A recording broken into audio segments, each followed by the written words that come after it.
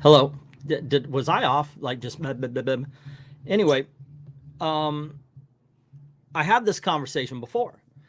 It was with Tom Brevoort. I'm going to go on like my microphone was actually off for a little bit there. And it was with Tom Brevoort. And he had said, or CB Spolsky, somebody said something to the same effect that angry fans are active fans. They're the ones that are talking about things. They're the ones that are buying the comics. They're the ones that are doing this. So if you make it, the whole thing came around to if you make the fans angry, they're going to want more and more and more.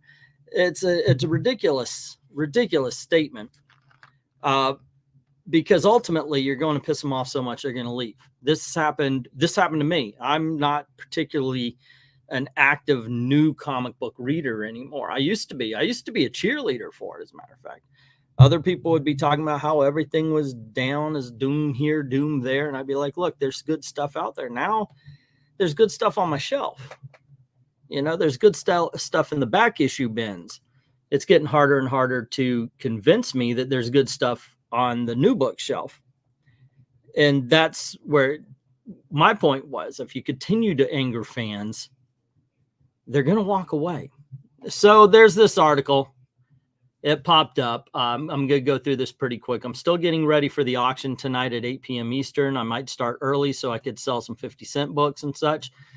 But yeah, I'm going to go through this really quick and see what they have to say. This is Joshua Williamson, writer for DC Comics. Venkman's been saying he really did the Flash well. So, you know, this doesn't reflect off the job he does, but he's full of crap if they go along with this.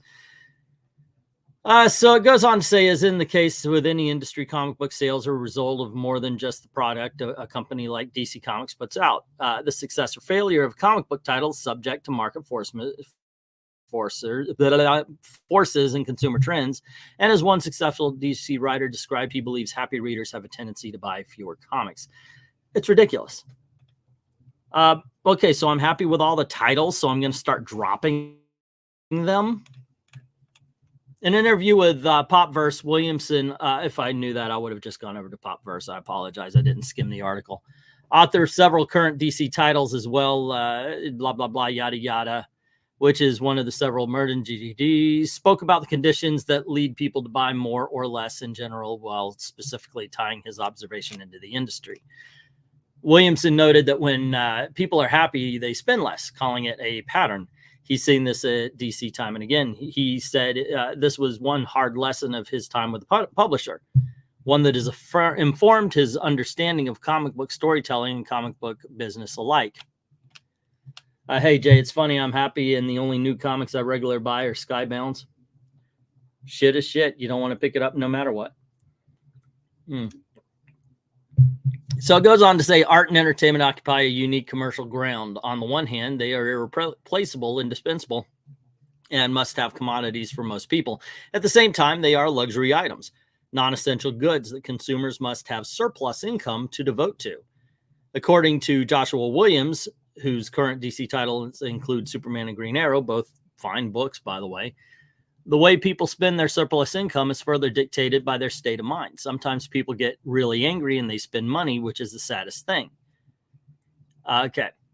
Though he noted that this had effect of increasing comic book sales, he also noted the inverse. When people are happier, they buy fewer comics. Okay. As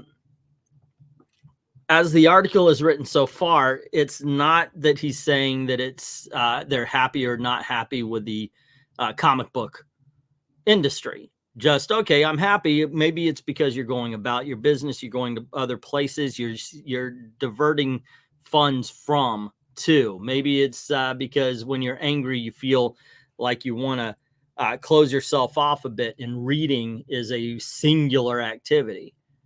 So anyway, it goes on to say, likely this is a result of happier consumers going out and spending, well, that's what they're just saying here, spending their money on other things rather than staying at home and reading comics. In any case, Williams based his response to this data, anecdotal or otherwise, in how he approaches telling stories, superhero stories, by giving readers an experience that replicates the ups and downs of real life.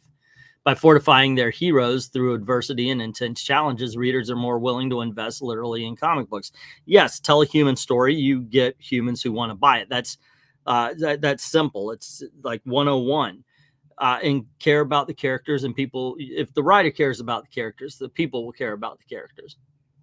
I don't get that from a lot of modern day comics. So basically this is a bait and switch, because it made the title and everything, especially it being on a comic book or a screen rant, I guess.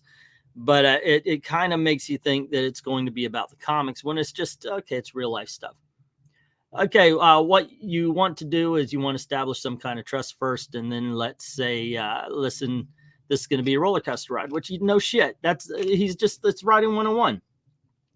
Establish characters, get people to know it, and then put them through some sort of drama.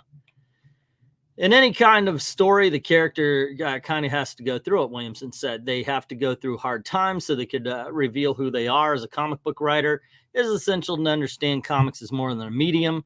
It has to be understood as a business. That said, the response of a writer should always come down to how to tell the best stories, not how to attempt to drive sales up manipulating readers or in some other artificial way like variant covers.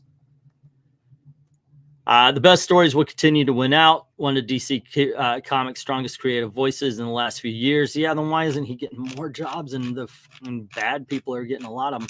So this is when people are happy, they spend less. The DC writer explains dark truths behind selling superheroes. This doesn't have anything to do with superheroes. It's a false narrative. It's false. It led you to believe this is about our community when it really wasn't. It was just about in general. Yeah, if you're angry and you want a solo activity that doesn't include masturbation, you freaking read a comic book, unless it's Xenoscope, and then that includes all of it. But the point being is, yeah, you get it. I get it. Now, what I talked to about with Tom Brevoort, it was he was actually saying that about comics. Angry comic book fans are engaged, and you got to watch out for it. They got to make sure that if you upset a, say like, oh, this is like, okay, one of my triggers is a very bad story called Secret Empire. Horrible story. But let's pretend it was well written. Then it would have been exactly what he was talking about. You get me mad with the whole Hail Hydra thing, and then you bring it around. You tell a good story, and all of a sudden it's like, oh, you know what? You led me there, man.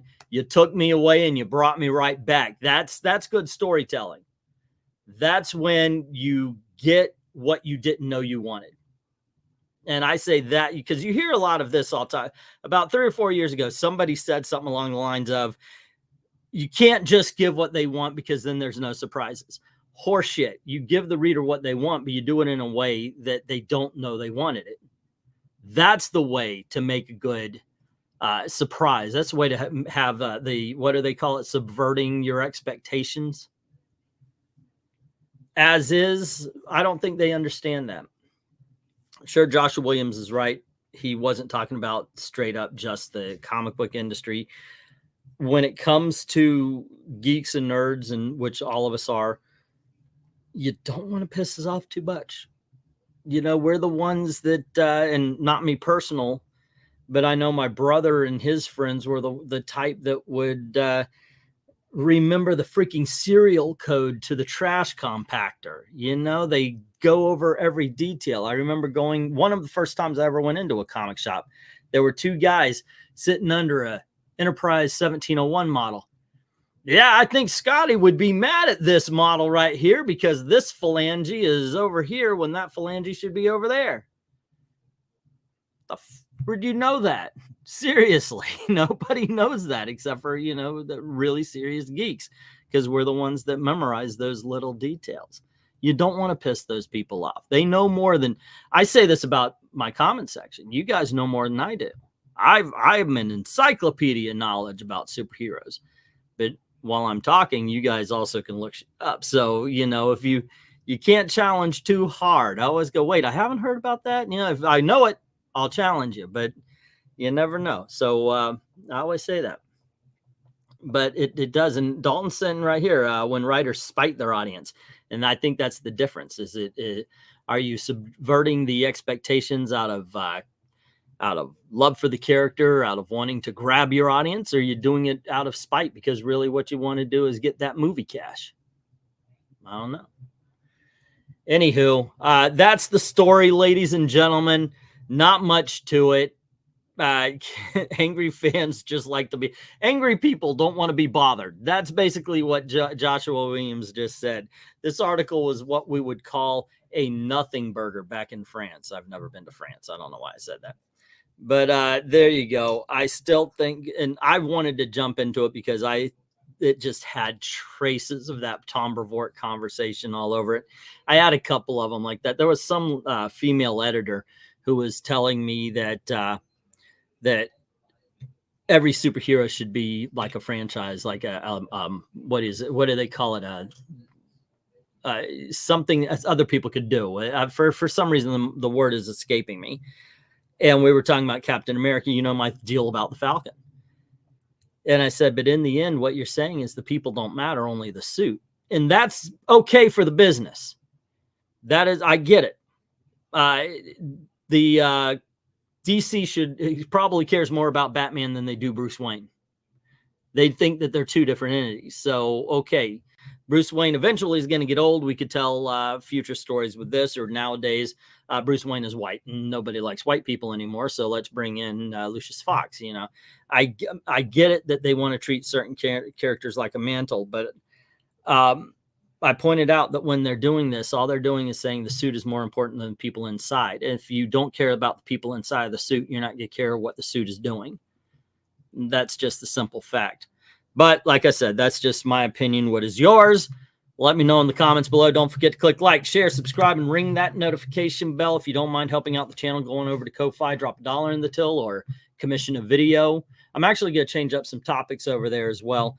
And I'd like to thank everybody who's already done that. And to everyone, all of the true believers, thank you very, very much for watching. You guys have a great day.